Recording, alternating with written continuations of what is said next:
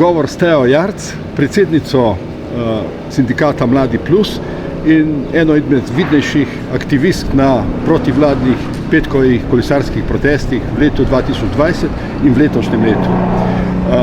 Kako ocenjuješ sindikalni boj v obdobju samostojne Slovenije in še posebej v letošnjem letu, ko obeležujemo 30 let samostojne Slovenije? Sindikalni boj in sindikalno gibanje se je po mojem mnenju izjemno spremenilo v zadnjih 30 letih.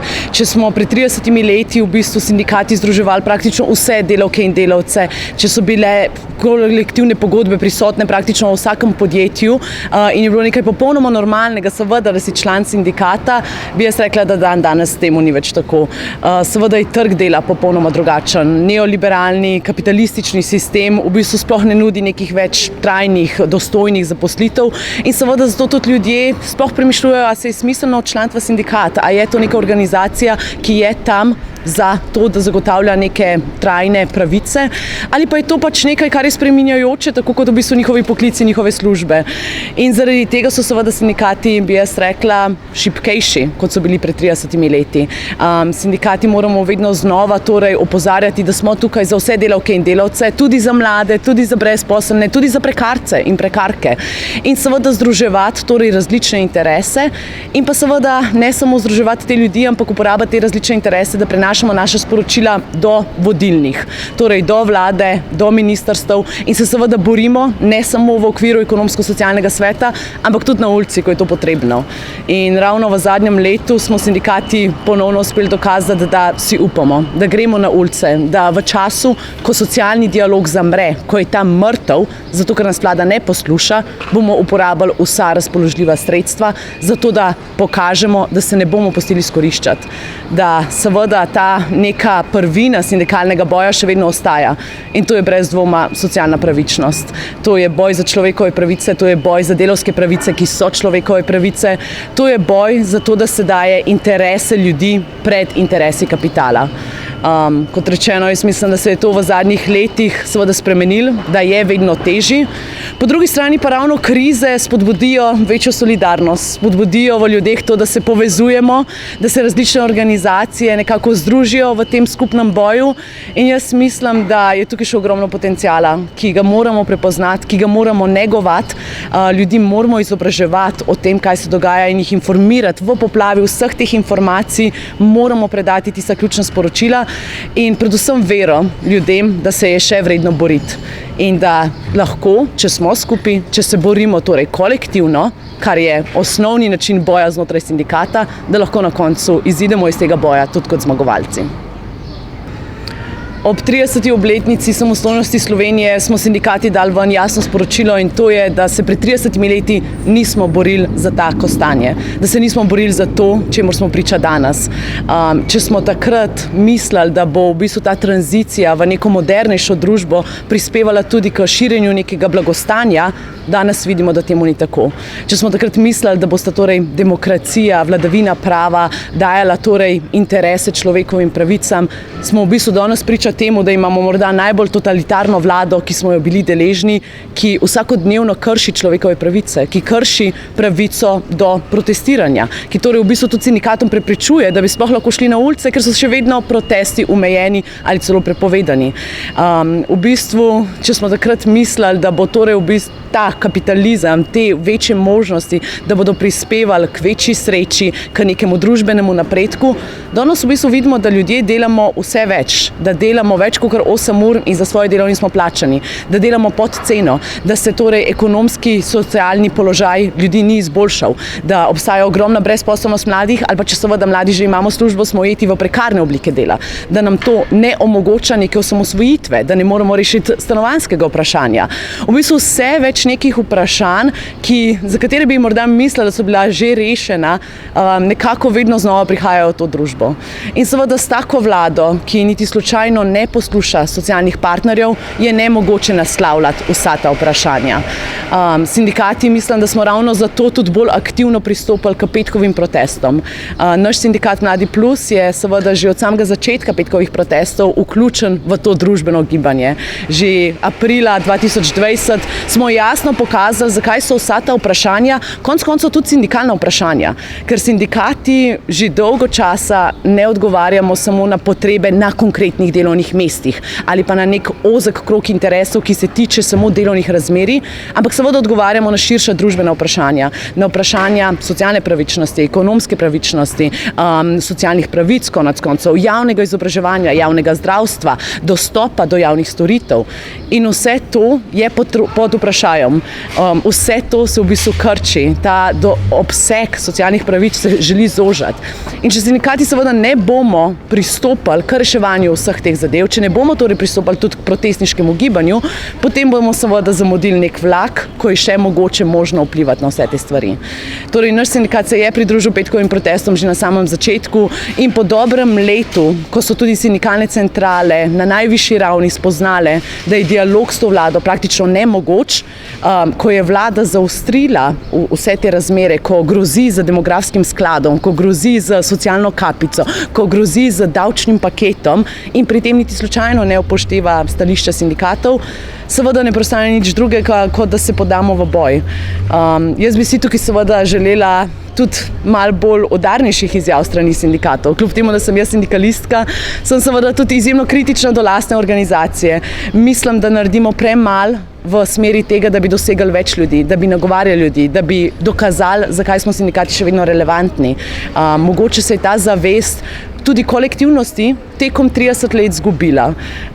Čemur smo priča zdaj, je seveda vzgoja v individualiste, v to, da moramo vse skozi tekmovati drug proti drugemu, da se moramo boriti za lasten obstanek in za lastno preživetje in za to, da se dokažemo kot najboljši. Nikoli pa te v bistvu ne naučijo, da je potrebno sodelovati z ostalimi, da je potrebno delati neka zavezništva, da je potrebno iti v boje kolektivno. In sindikati moramo te vrednote, ker to so neke temeljne vrednote sindikalizma, širiti bolj aktivno med naše članstvo. In torej, kot rečeno, ne samo med tiste, ki so redno zaposleni, ki imajo pogodbo za nedoločen čas, ampak med vse delavke in delavce, med mlade, med prekarce, med agencijske delavce, med vse tiste, ki so ostali brez dela konec koncev. Kako pa vidiš prihodnost mladih v obstoječem političnem sistemu? Mladi so bili vedno nekako zapostavljena skupina in seveda se to kaže potem tudi v nekem širšem političnem kontekstu. Mladi načeloma nimajo nekega interesa in zanimanja za politiko. To se jim zdi nekaj oddaljenega in kakor vidimo, pač mladi ne želijo participirati v nekih teh konvencionalnih oblikah politične participacije. Torej mladi večinoma ne hodijo na volitve, se ne udeležujejo glasovanj na referendumu in podobno. Po drugi strani pa vidimo, da vse mladi so aktivni. Torej vsi te očitki, da so mladi pasivni, absolutno ne zdržijo. Mladi so aktivni v svojih lokalnih skupnostih, mladi so aktivni v družbenih akcijah, v nekih socialnih gibanjih in jim je torej veliko bolj bliže ta nekonvencionalna politična participacija. In jaz mislim, da je na strani politike, da začne to prepoznavati in da sliši glas mladih. Čeprav je ta glas mogoče izražen malo drugače, čeprav je to mogoče grafit, čeprav je to mogoče protest, čeprav je to mogoče nekaj na družbenih omrežjih, neka kampanja, ki se začne širiti. Je pa seveda tudi na strani mladih, da vseeno prepoznamo, kdaj pa je potrebno iti tudi glasovati, tudi participirati na volitvah ali pa kandidirati na volitvah. In jaz mislim, če bodo mladi prepoznali ta svoj potencial, da lahko dobijo tudi neko družbeno moč. Nažalost, v bistvu zadnje raziskave glede volilne udeležbe mladih kažejo, da je samo 13% mladih dejansko šlo volit, recimo na zadnjih volitvah.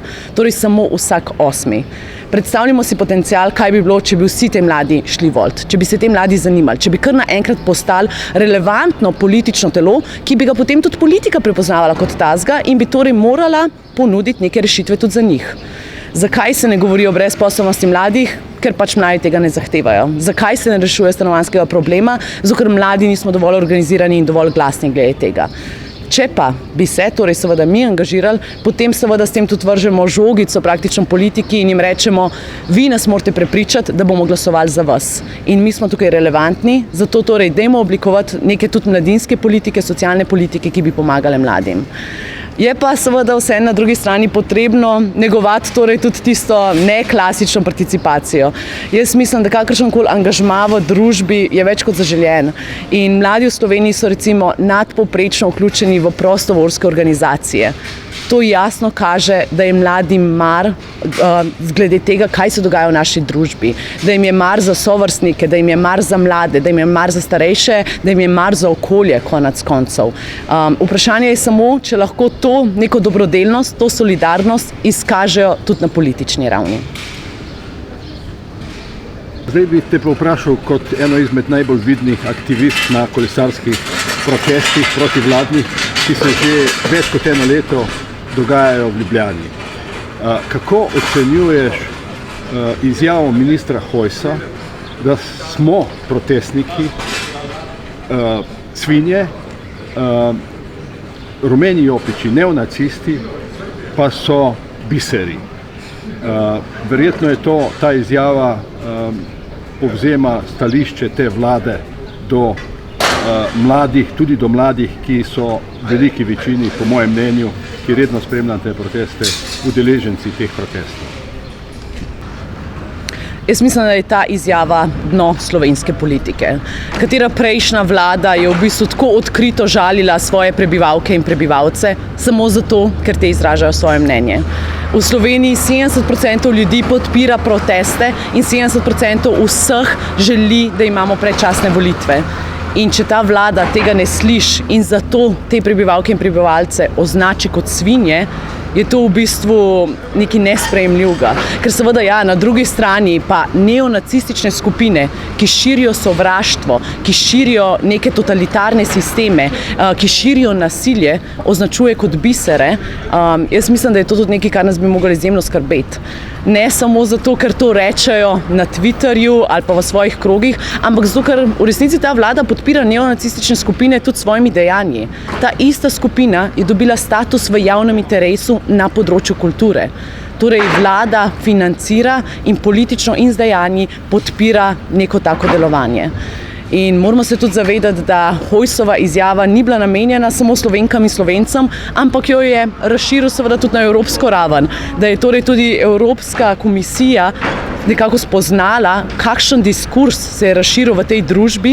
In jaz mislim, da moramo ljudje, tako v Sloveniji kot seveda tudi neke evropske inštitucije, to jasno obsoditi, da tak diskurs ni sprejemljiv. In seveda narediti vse, da se taki ljudi, ki izjavljajo nekaj takega, sankcionira, da seveda nosijo neke politične posledice. Ker če tega ne ustavimo, ko se dogaja, se res bojim, kam drvimo, ne samo z diskurzom, ampak tudi z dejanji, ki smo jim priča v bistvu že v zadnjem letu.